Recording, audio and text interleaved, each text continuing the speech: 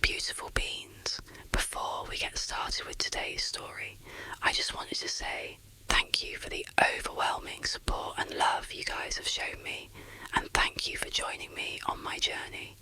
Also, I want to thank today's video sponsor, Tubby Energy. Today's video is brought to you by Tubby Energy, the ultimate energy drink designed for gamers, creators, and anyone who needs a boost without the crash. Unlike those other energy drinks loaded with sugar and junk, Tubby is packed with clean ingredients to fuel your focus, energy, and performance all day long. Whether you're grinding through a gaming session or just need that extra push to get through your day, Tubby's got you covered. And the best part, it's jitter-free. No weird crashes, just clean, sustained energy. Check out the link in the description below and use my code WETT at checkout to save 20% off your order. Yes, that's right. Not 10, but a whopping 20% off. Power up with Tubby Energy and stay on top of your game. A huge thank you to Tubby for sponsoring this video. Alright, let's dive into today's video, and also across the border into East Texas. Still report run-ins with the legendary Falcon Monster on the evening of August 1st, 2015. A 20-year-old man named Fraser Baloyi walked alone down a main road toward his village in the South African province of Limpopo. Fraser was on his way home from work, and he was pretty desperate to get there. It was only about 7:30 p.m, and usually around this time, Fraser was used to seeing other people out and about on this road, just kind of walking around in the dusk or, chatting or doing various errands. But tonight there was nobody out there. And in fact, in recent days, this area of Limpopo had basically become a ghost town. Nobody went out unless they absolutely had to, because over the last 10 days, over 20 people in this area had been brutally mauled.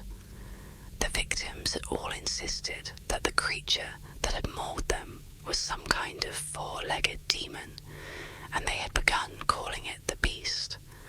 Now, Frauser considered himself a pretty level-headed person who did not necessarily buy into the hype around this beast. He figured it was very likely just a dog, but still, he didn't want to get attacked.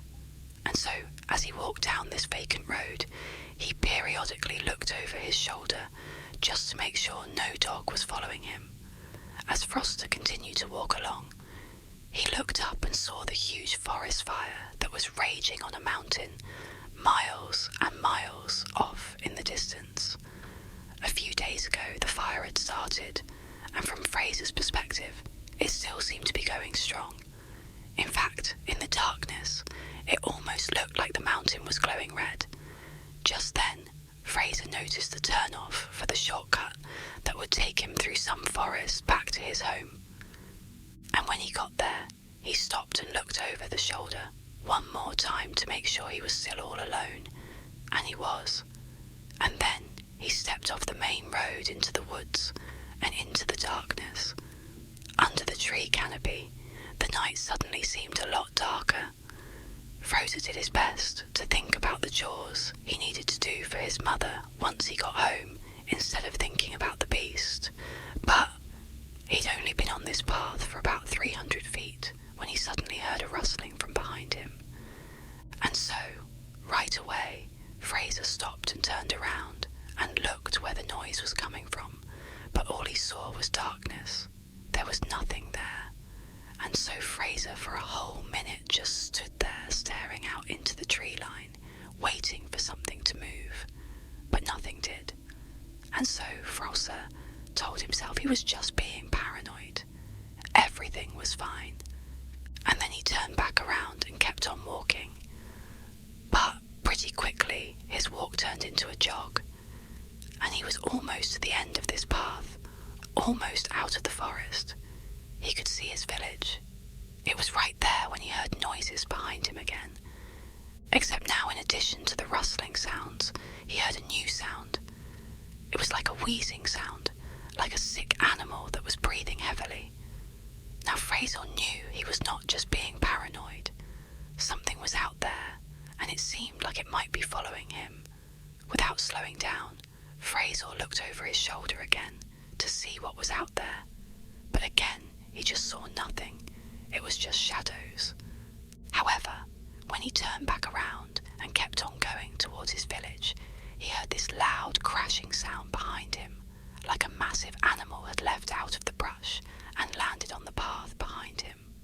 And so Frowser was immediately so scared he couldn't even turn around.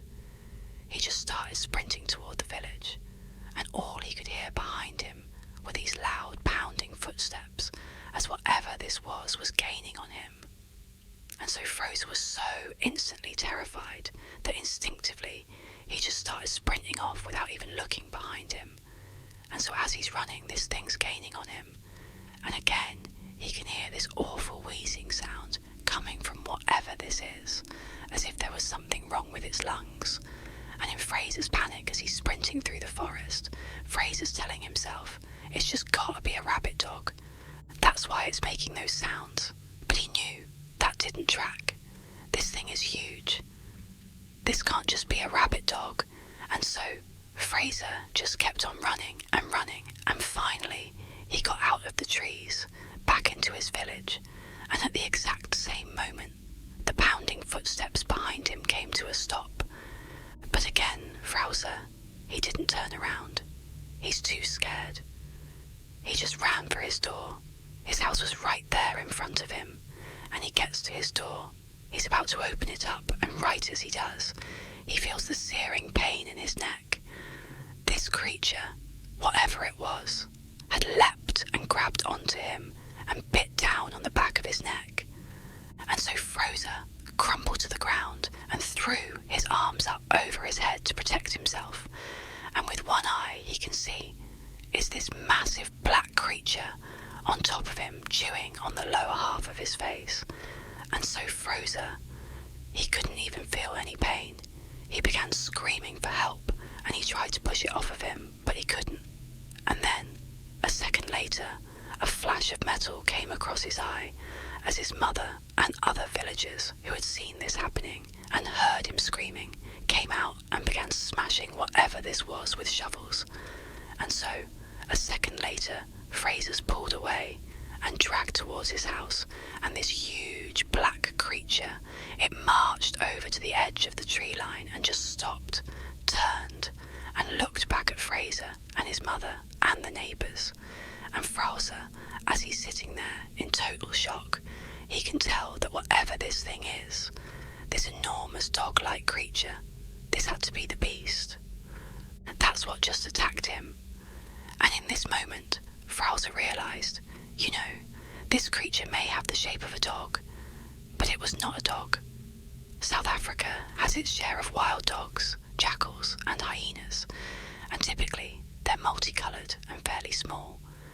And this thing was jet black, pitch black and gigantic. And when this thing first started chasing Frowser, he'd had that panicked thought that maybe it was a rabid dog. But rabid animals are typically lethargic and confused, and this thing that was 15 feet away from them was absolutely alert and calm. The only thing sick about it was that horrible wheezing sound it would make as it breathed. And as Frowser and his mother and the neighbours just stood there, staring at this thing, this creature just continued to stare back at them with piercing eyes, and his eyes were not normal. These were not like animal eyes or dog eyes. They were too small and set at the wrong angle, and there was real sentience behind them. They were human eyes. Just then, Fraser's mother grabbed Fraser and yanked him, kinda jerking him back to reality, and he scrambled to his feet, and he and his mother and the two neighbours, they took off running back into their respective homes. All the while, this creature just sat there on the edge of the forest, staring still in the direction of Fraser and his home. Once inside of Fraser's house, his mother immediately dialed the emergency number to tell the police about what had just happened.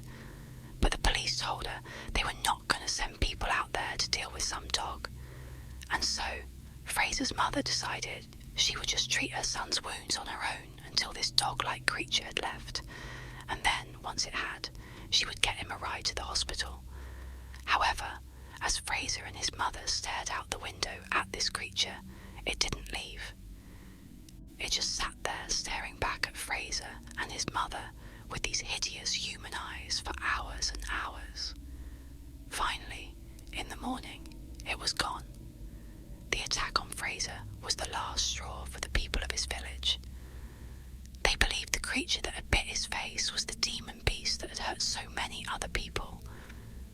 And so the elders of Fraser's village came up with a plan of how to deal with this beast. And so, a few days after the attack on Fraser, this group of elders went off on a journey up into that mountain that Fraser had seen off in the distance that had that huge forest fire on it. And they were there for 2 whole days before returning to the village and telling everyone that they had successfully performed a ritual that had appeased their ancestors. And so hopefully now the attacks would stop. And sure enough, they did. They did not see the beast again. At least 40 people in Limpopo had encountered the beast at some point, either because they were attacked or they helped fend it off like the neighbours did with Fraser. But because this beast was never caught and it did stop attacking the village and just kind of disappeared, nobody ever actually figured out what it was. To this day, people in Fraser's village maintain that this creature was a demon and that it came down from the burning mountain. Because every person, including Fraser, who had encountered this beast, noted its wheezing, heavy breathing, as if its lungs had been damaged by smoke. In all, at least 40 people in Limpopo encountered this beast, either because they were attacked or they helped fend it off. But because it was never caught, there is no definitive proof of what it actually was.